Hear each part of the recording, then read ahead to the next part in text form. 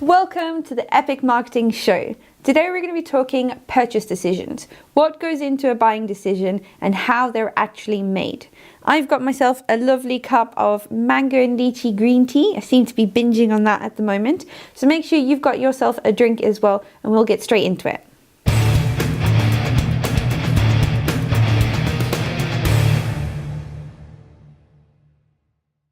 So what's in a purchase decision?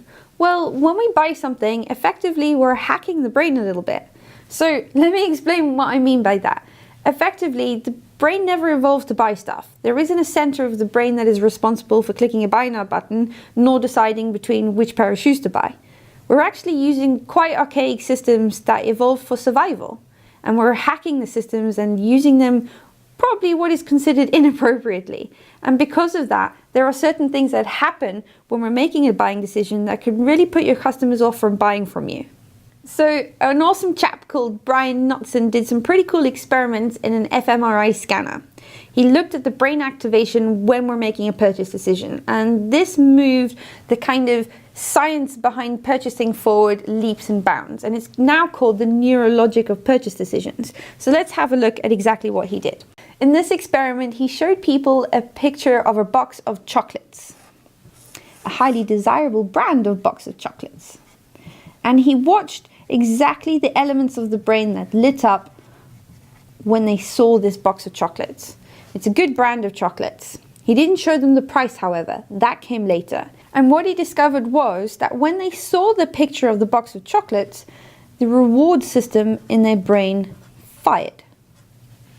So their brain went, yeah, that's good, we want that. He also found that the better the box of chocolates, the more the reward system fired, even if it was a smaller quantity of chocolates. It depended on the perceived value of the brand. If the perceived value of the brand was high, the reward system fired more intensely than when the perceived value of the brand was low. After he experimented with the pictures of the box of chocolates, he then added the price into the equation. So what he discovered when he showed people the picture of the price as well as the chocolates was that when they saw the price, the pain center in their brain fired. That's not a good part of the brain to have fire when they see the price of your product. In other words, price is pain, price is hot. That's not good. So when your prospects are seeing your products, the reward centers of their brain are firing. It's something desirable and it's something that they want. When they're seeing the price point, the pain centers of their brain are firing. So how do you get them to make a buying decision? What you want is for the reward to outweigh the pain. If the reward outweighs the pain, the buying decision is more than likely to be positive. If the pain outweighs the reward, the buying decision will more than likely be negative. Brian Knutson put this down as an equation, and he said that the net value of something is what people decide and make their final purchase decision on.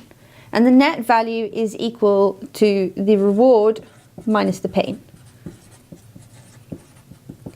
So if the net value is positive and the reward outweighs the pain, then the purchase decision is more than likely to be positive.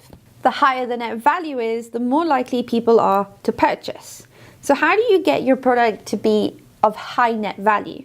Well, here's the interesting thing. Marketers have often spoken about premium pricing.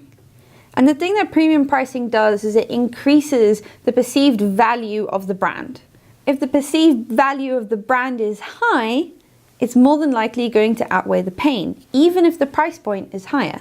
It's the value that's the most important part. So to get a high net value, you need to make sure that the reward is always going to outweigh it. So you need to make sure that you're providing as much value as possible. Interestingly, this really taps into the psychology of pricing, because in the psychology of pricing, it's all about making sure that the value that you're providing matches the pricing that you're providing. It's very important to not kind of get too gung-ho with this and make sure that, and kind of all of a sudden provide huge amounts of value for a really low price, because that's where the psychology bit comes in. If you have a really low price, it can very often lower the perceived value of the brand because people get suspicious. So you need to make sure that these things are proportional. It's something you need to consider when you're looking into your pricing. You want to increase the net value of your products, but you want to also increase the perceived value of your product in relation to the price point. So that's a very small foray into purchase decisions. If you enjoyed this video, please give me a thumbs up. If you haven't already done so, please hit the subscribe button, and of course, pop any questions and comments into the comments section below. Until next time, go forth and be epic.